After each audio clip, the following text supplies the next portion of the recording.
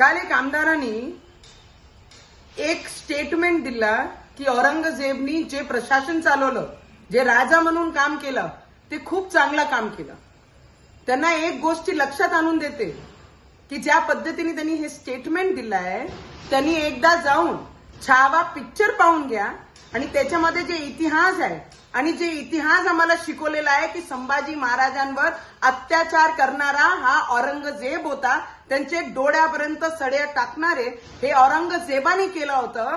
तर मी त्यांना एवढंच सांगन आणि आमचे महाराष्ट्र गव्हर्नमेंटला विनंती सुद्धा करत की औरंगाबादचं नाव ज्या पद्धतीने चेंज करून संभाजी नगर केलेलं आहे संभाजी महाराजांच्या नावाने, तर मी आज माझे गव्हर्नमेंटला अपील सुद्धा करन आणि विनंती सुद्धा करन, नाही ते असे जे औरंगजेबला महाराष्ट्रामध्ये राहतात आणि औरंगजेबला आपला बाप म्हणून मानतात, असे लोकांना उत्तर देण्याचं काम आता महाराष्ट्र गव्हर्नमेंटनी केली पाहिजे. हिंदुत्व विचारधारांची गव्हर्नमेंट म्हणजे आमची आज महाराष्ट्रामध्ये आहे, तर त्यांनी एकच काम केलं पाहिजे, ज्यांनी आमचे देव संभाजी महाराजांचे डोळ्यापर्यंत आणि एवढा अत्याचार केला, क्रूर पंथी दाखवली, तर असे औरंगजेबाची कबर त्या संभाजी नगर मधून उखडून फेकून द्यायची की जिथून यांना माहित पडलं की जर कोई हिंदू हित की बात नहीं करेगा तो वो यहाँ पर कोई भी नहीं रहेगा.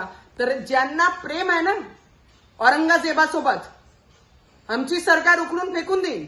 ज्यांना प्रेम आहे औरंगजेबावर, त्यांनी आपल्या घरावर जाऊन घराच्या आतमध्ये औरंगजेबची कबर सजून घ्या.